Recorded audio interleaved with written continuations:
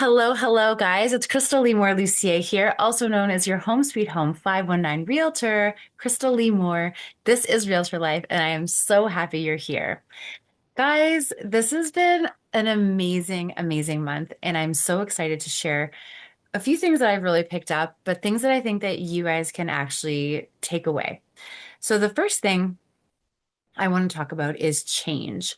Now, if you're like me at all, we don't like change very much. We're going to get into it, but change can sometimes be really, really good. We're also going to talk about the art of living and what does that mean? We're going to talk about instincts and why they're important, vibe, collaboration, and joy. So let's get right into it. Okay, so change. Oh my gosh. So the study of change is a huge deal. When I did my MBA, one of the first classes we had to take was on change management. And it was in that change management course that I learned something really cool about myself. And I think a lot of us can resonate, but I know for sure this happens to me. So I'm described as being very adaptable, right? Adaptable. And interestingly enough, I'm not adaptable because I like to be adaptable. I'm adaptable because I've had to be adaptable in my life. I've had a lot of change. Maybe that's why I don't like it, but I've had a lot of change. And so with the adaptability, I always just I just adapt. But what would happen as I got older and I started noticing these patterns, I would kind of like just something would change and I would just be in this I would call it like a limbo, this gray space in between. You don't really know what's going on. And when we did the management course, we found out that there's three stages. And so when something's changing, the first thing you have to do is you have to mourn the loss of the thing that's changing. Even if you don't mourn it, like whatever it is, you have to give yourself a minute and just be like, okay, this is what it was. It's no longer. Take a minute, be sad. Take a second, whatever. And then there's this whole phase where you're just kind of figuring it out. You have no idea what you're doing, but you're learning, like the learning phase, the letting go phase, because even though you've mourned it, you're letting it go. Um, and then there's the figuring it out phase. But these are all phases you can't skip. And oftentimes when I've skipped ahead, like for example, if I've let go of something or I thought I let go of something and then I didn't mourn the loss, and then I tried to just make it happen right away. It doesn't work that way, right? Things have to happen the way they happen. And it's not that you can't if you do it properly, you can actually speed up the process. But I was talking with someone about the fact that I equate myself to that little old lady at the grocery store. So, like, bread used to be in aisle three on the third shelf, and it cost 25 cents. And when they move my bread, when they change the planogram, or when they raise the price, it drives me nuts. I don't like it when Facebook changed the way it looked. I don't like it. I'm still upset that Microsoft Word changed their toolbar. Um, is it a better toolbar now? Yes. But do I always go to the original place that I learned and then I end up in some weird spot? Also, yes. So change isn't always easy for me. I think it's hard for a lot of people. But what I actually came to an epiphany, I had a lot of change happen last year and this year, especially like I'd say in the last 6 months. And the initial thought when change happens is, oh, sad, I'm losing something. But what if the thing that's changing, when it changes, is so much better than what it was before? And it seems like this like novel concept, but like I ended up changing coaches. My team has changed. I've changed like a whole bunch of stuff, whether it's my routine, my fitness, all of this stuff.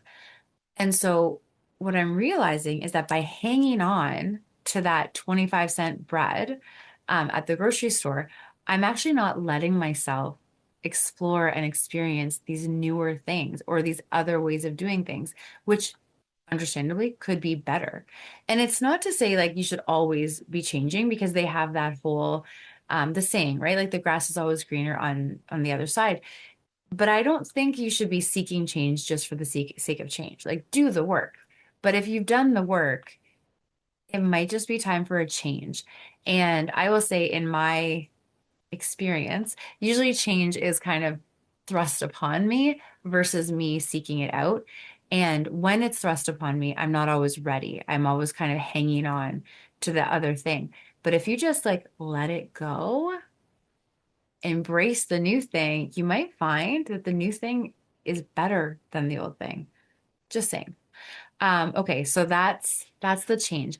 And I used to also call it like the fog between, because here's the thing, when we grow, when we evolve, when we change, like if it's not the thing outside, it's you, we change, right?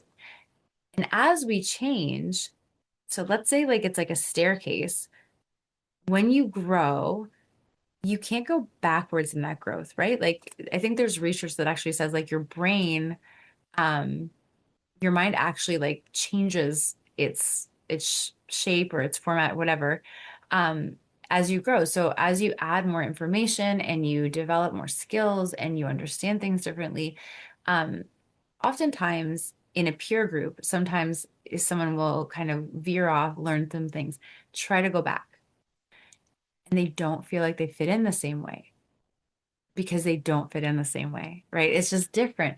And either maybe the people will also change in that same way, or you'll try to change back, but it will never quite feel the same, right? So it sometimes that's why like sometimes you end up with different peer groups and different friends as you go in different paths of your life. So I just think it's a really interesting thing.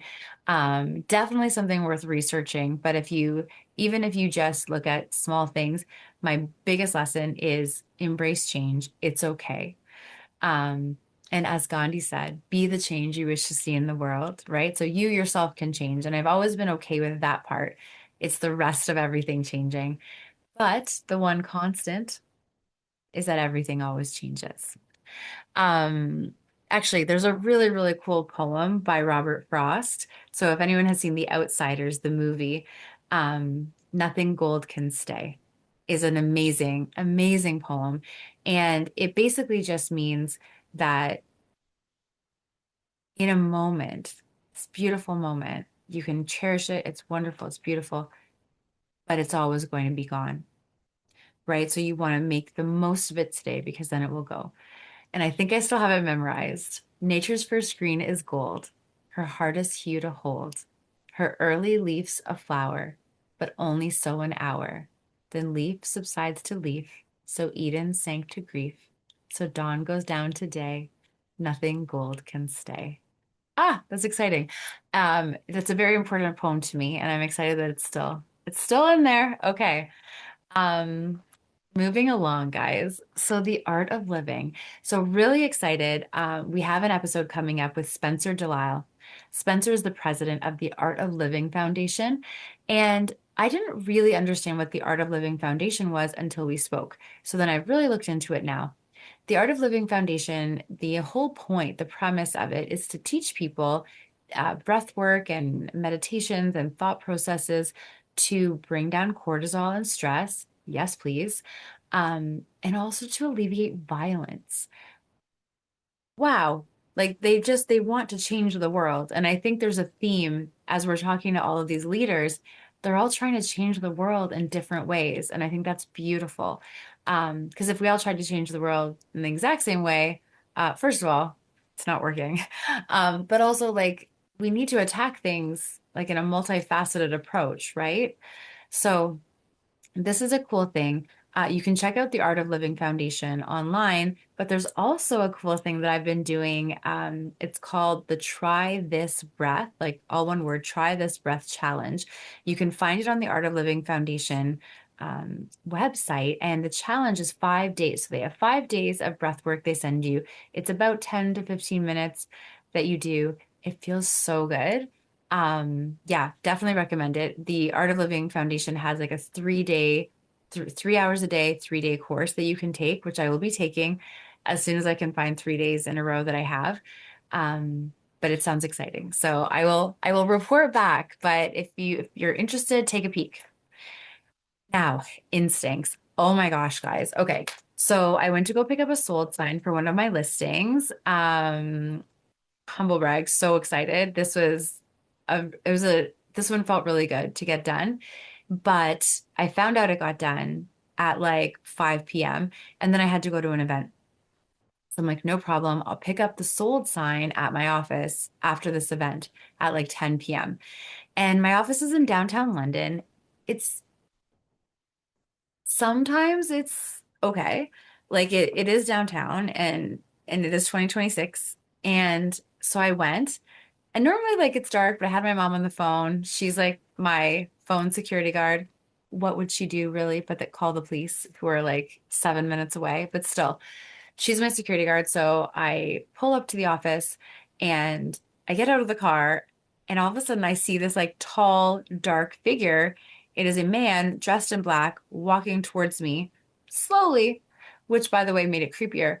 And I was just like, he could tell. I was like, that's what I said. I'm like, I'm very articulate. I said, and he says, as he's continuing to walk towards me slowly, don't be scared.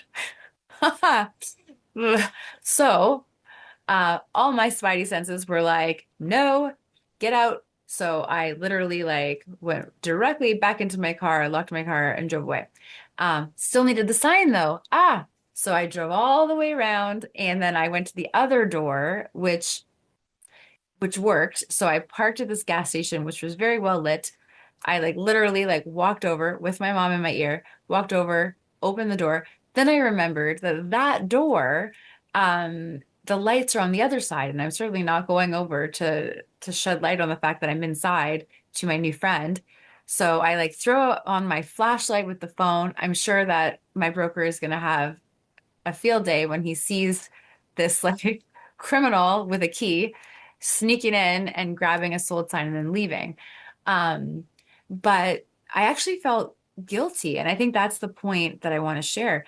I felt guilty because um, I judged this man um, who, I mean, for all points and purposes, he's hanging out in an alcove downtown London at 10 p.m. He probably doesn't have anywhere else to go. But the part of me that felt guilty was because I'm like, oh, like maybe I shouldn't have been scared. But at the same time, if I hadn't, like, what was I going to do? Like, I have a key to my car, I have a key to the office. This man, like, outweighs me and like is way taller than me. Would probably easily overpower me. Um, I just don't think in a dark parking lot at 10 p.m. it's the right time to kind of have a chat. And so I stand by my decision. I do feel bad that we live in a world where he can't just be like, "Hey, don't be scared. My name is Bob." Because we've all seen movies and the news and documentaries, and very often that is the beginning of how you find out someone went missing, right? So, um, but instincts matter. And oftentimes, like we'll hear people say after something happens, um, or it's actually when it's after something happens, it's even worse. But they say, I had a feeling and I ignored it. I have pretty good like an internal red flag system, the spidey senses, as we call them. And I always listen to them. I would rather feel like I'm paranoid and silly than end up in like someone's trunk, right? So it's scary. And this is as a woman alone, um, it if you're having like especially in our as an entrepreneur, as a realtor, you have to be careful. And I know we talked about it with Dale Marsh when he was on. We talked about like the importance of safety and that we have these safety trainings, but it's also just like listen to that instinct. Um, because you don't need to put yourself in harm's way. And I mean, I know some of you are thinking, why didn't you just get the sign tomorrow? Well, thank you for asking. It's because we had worked so hard to get this house sold. I wanted her I wanted my client to wake up in the morning and see a sold sign and be like, yay. And that was the only way to get it done. So it is done. I am safe. My mom is satisfied that I am not going to be murdered. Good.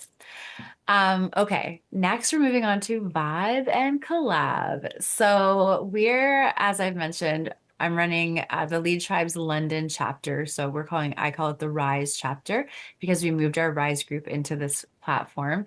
And guys, I love the vibe. So we had our original people that came, which was amazing because we already had an amazing gel and a vibe.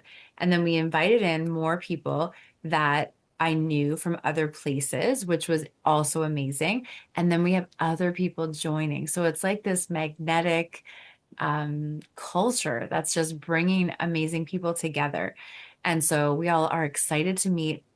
We're also part of the larger Lee Tribes group, which is amazing. But just watching these friendships develop, watching these the support and the comfort, like, and it feels like we're so excited to go to the meetings, right? And it's kind of cool. That's like with the LEA. Um, I love being part of the LEA. I love being the host of the podcast. Um, P.S. I'm the host of the podcast for the LEA. It's called Remember a Member. Please take a look. That one actually focuses more on the members. So we have member interviews every week. It's pretty cool because you get to know a lot of really cool people in London. But the biggest thing with the vibe and the collab, it's really like you get to create that vibe. I just had a little bit of a brainstorming call with one of our members, and we were just talking about little things that we could do to elevate that vibe and to like really capitalize on that energy because it's beautiful, right? It's contagious. It's like a life force. It's just so good. Um, and that brings me to my next piece, which is joy. Ugh, joy is like joy and laughter, man. Um, so number one, a couple of years ago, 3 years ago, I was at, I think it was the last mastermind for Buffini, last or the second last. And this was in San Diego, um, August. And we had someone come up talking about joy and that we should always have a joy buddy. So I got to pick like the person next to me, she and I became joy buddies. And I don't remember why, but there was something about zoot zoot, which just you can't say zoot zoot and not be happy. So that's probably why. Having a joy buddy, someone that like is excited for you and you're excited for them, that's a great idea. But beyond that, I just came back from a show. So Shut the Front Door Improv, as you guys may or may not be aware, I am in love with improv. And we started doing it. I started doing it last year. Colleagues of mine with the Miley group had invited me out. I'm going again next week, but they invited me out to this networking improv day. And I was excited mostly because I had no idea what improv was and I kept wanting to try it, but I just didn't get there. So I did this day and I was like, oh, it's the thing that my life has been missing. And so I signed up for classes like almost immediately. And I actually just finished my master class, and we just had a master class show last week. And I'm also auditioning for their troupe. But the show tonight was so good. So this is the troupe. They practice together, I think every week. And we were literally crying. Like my face hurts. It was so amazing. But it's not just the watching, it's the whole experience. It's the vibe, it's the safe environment. Like it is pretty hard to authentically be yourself and laugh and feel joyful if you feel judged, right? If you're feeling like you're judged or you're not in a safe place, safety is everything. And that's what Shut the Front Door does. It creates this like safe environment where say whatever you want, do whatever you want. No one's going to think less of you. We're just going to have fun. And one of my favorite lines with improv is like, come play with us. Like you don't have to be like 9 years old to go outside and play anymore. Like we get to play every week. And it's just so powerful. Um, and like it's again and we talked about this in other weeks, but if you haven't heard those ones, it's like that laughter. endorphin. So even if, like, let's say you don't have anything to laugh about, try laughing anyway. Your body doesn't really know that it's not laughing. It doesn't. Like it's the endorphin. So, and plus when you do it more, you might just start laughing like because it gets funny. And Tony Robbins does anchor a lot. He has a laughing exercise. He does the same thing. He makes everyone lie down. And I mean everyone. Like if there's 11,000 people in the room, you all have to figure out how to lie down. Um, and then he just makes you start laughing and then you anchor it. So when I touch this ear still, and I think the last time I went was 2023, when I touch this ear, I still feel the endorphins of laughing so hard. Um, to be fair, I laugh a lot. I definitely get that combo both sides from my dad's side.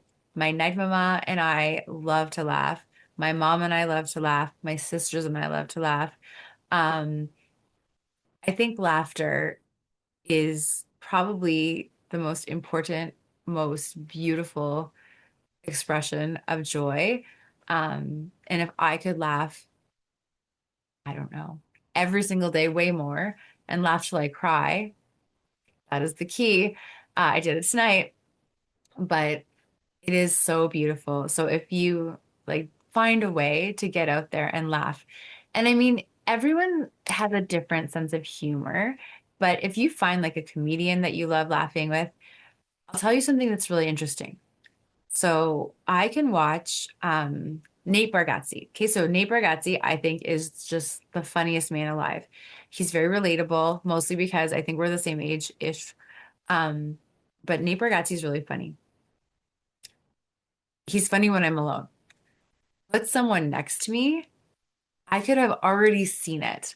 Put someone next to me and I will lose my mind. Like there's something about the energy of people laughing together that just maximizes the joy. It's so cool. Um, so if there's anything I would suggest, try to get more laughter going. And I will say this breath work, like this, try this breath challenge. Um, the it's amazing. And it's just a teeny little like sample taste of what the breathwork in the Art of Living Foundation course is. Um, they teach you this beautiful breath. I am not even going to try to say the name because I will mess it up. But check out the Art of Living Foundation. I'll put the link in the show notes as well because I did like a sample breathing with Spencer on our call, and I was like, oh, I feel amazing. And it's all about bringing cortisol and stress down so that you get to live a fulfilled life, right? The art of living a life worth living. It's so beautiful. Okay, guys. So let's just wrap up. So we talked about change, why change is important. You have to embrace it properly in order to like really maximize its effect, but change can be a really, really good thing. Also, the Art of Living Foundation, the Try This Breath Challenge. I think it's like hashtag try this breath. Listen to your instincts. This is for everyone, not just ladies, but especially ladies. But listen to your instincts. Don't go meeting some stranger at a house that you've never met just because it's a buyer's market. Mm-mm-mm.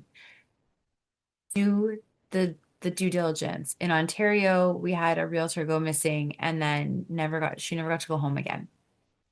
Okay, so these things happen and you don't have to be a realtor to experience this stuff, right? Anytime you're going on site, you're meeting with someone, just listen to your instincts, but also check it out, right? Let someone know where you're going. Make sure that you're not putting yourself in harm's way. Vibe and collab. Find your people, find your tribe, find your music, your beat, whatever it is, and just embrace it. It is so beautiful. And when you find it, it's just like, oh, yeah, I feel so, so grateful to lead this group. And what's cool is that while I lead it, it's a group of leaders, right? So I facilitate it, but we are kind of leading it together, which is oh, mwah, so good. Thank you to Lead Tribes and thanks to Linda Walters. Like this idea she had to kind of elevate the BNI model, elevate the networking group model.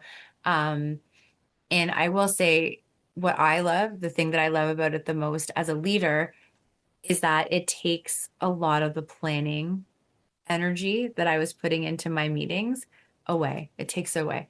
So now I get to just be me and help people and collaborate and just go into the culture. I'm not constantly doing all this work in the background. It's being done for me in the background. Ah, it's beautiful. It's amazing. Big recommend. Happy to talk about it if anyone's curious.